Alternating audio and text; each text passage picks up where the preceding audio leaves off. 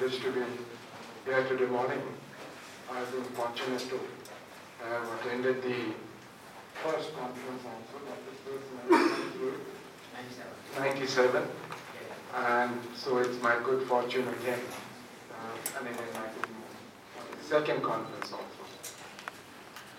I think Anil has been too kind to me by saying all these words about me. I don't deserve all that he keeps on saying, but I do appreciate the way Anil has gone on in his life, and I think he has in some ways become an icon as an example for many other people to follow.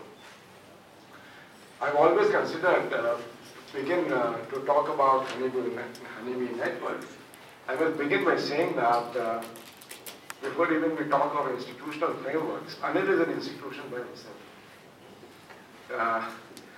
As an institution, it's very difficult to describe him only as an individual. So I would say that it is in that conceptualization and that imagination that we should think of what Anil has done.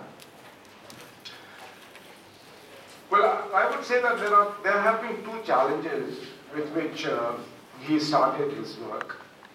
And one major challenge, because of his tremendous enthusiasm to be in the rural areas and working with the rural people, right from the beginning that we began work in IIPA that you mentioned on.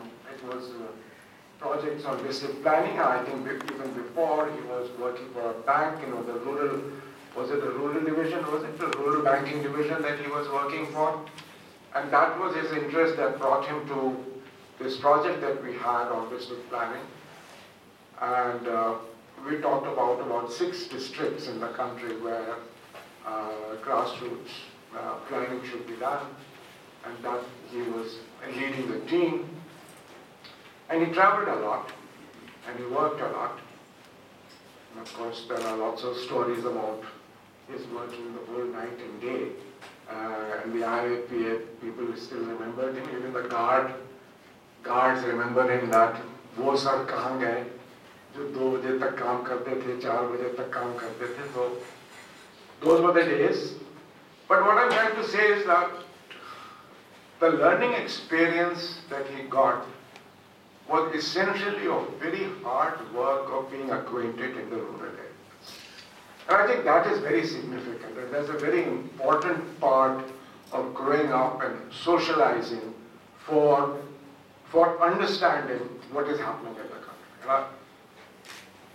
That brought him that concern that researchers and others have so much of data to collect from the rural people, which is, and there with analysis, it is not returned to them. It is not shared with the people on whom they do research. And I think that started his concern about what do these people do in order to cope up with the various vicissitudes of life, and how then they go around them in order to survive. With that challenge, I think this work on Honeybee network started. It was a long struggle. He himself has pointed out. What we see today is a product of more than 20 years of struggle of various kinds, a struggle of looking at, of going to the field, a struggle of collecting innovations, a struggle of then establishing institutions that respond to the formal system. And I think the second phase of the whole struggle was, how do you cope up with a formal system? How do you create or have this knowledge to transfer it as a policy input? And I think those of us who have been working in the policy area find this something very difficult, where the formal system is is very resistant to new ideas, very resistant to innovations that come from outside, and therefore there's always a struggle. How do you transfer your research, your ideas into an input that can be used in the policy level?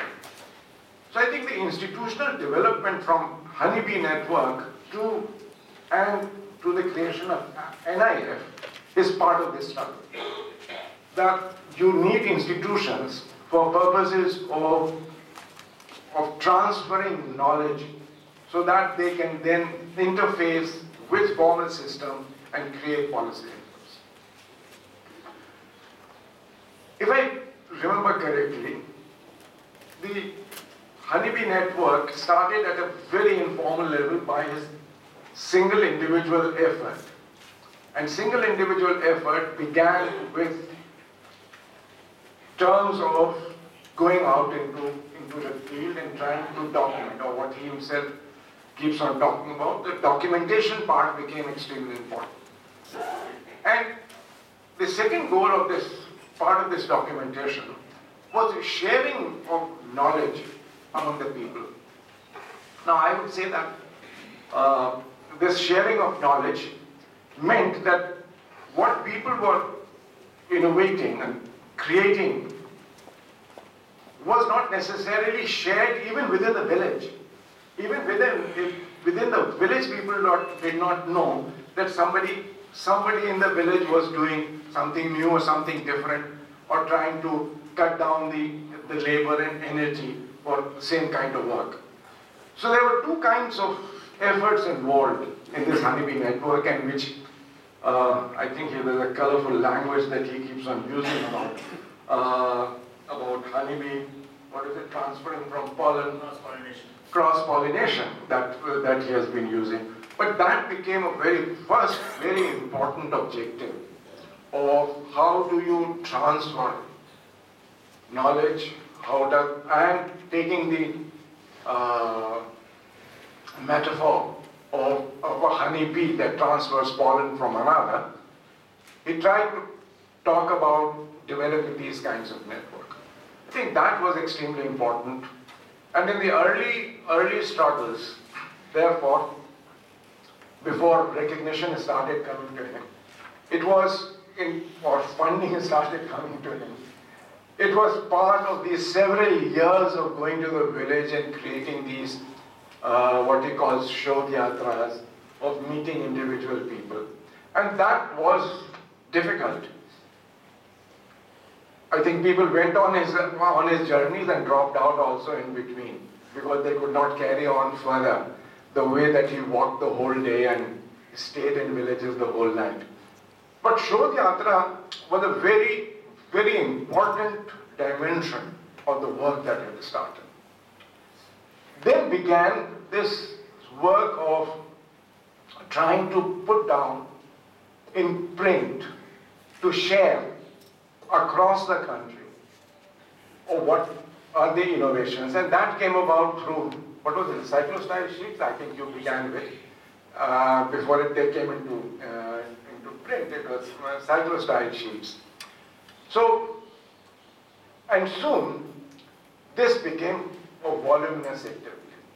And I think it is at that time that the response was towards developing an organization. Developing an organization that could document these innovations that came about from there. And that is where Shrishti was born. Shrishti was born sometime when he was born. Sorry? 19. Shrishti was born, and so the response of developing an organization, developing an institution, was in terms of the basic work that was being done at through Honeybee network. I think it was also, as Shrishti developed a documentation, and he himself is talking about how the documentation of innovations kept on increasing, the job of documentation becomes something extremely important. Well, I thought one important challenge that I have been talking to, we have been discussing for some time, one important challenge has been that there are many people in the rural areas who do not want to become entrepreneurs on the basis of the innovation that they have done. They want to have their innovation to be shared among villagers, but without any, what would I say, commercial profit. So it was not as if that everyone in the village whom you identified with doing something new wanted some compensation for it or some monopoly for it. Quite a large number of these persons were those who said, yes, share it. It is public knowledge. And I think that tapping was very important. To tap a large number of people who would say that we want to share it, ये सब लोगों के लिए है, सबका फायदा होगा और सबके फायदे के लिए मैं क्यों इसमें से कमाई लूं? And this I think has continued to be an important aspect of the work that the Honeybee Network has done and continues to do.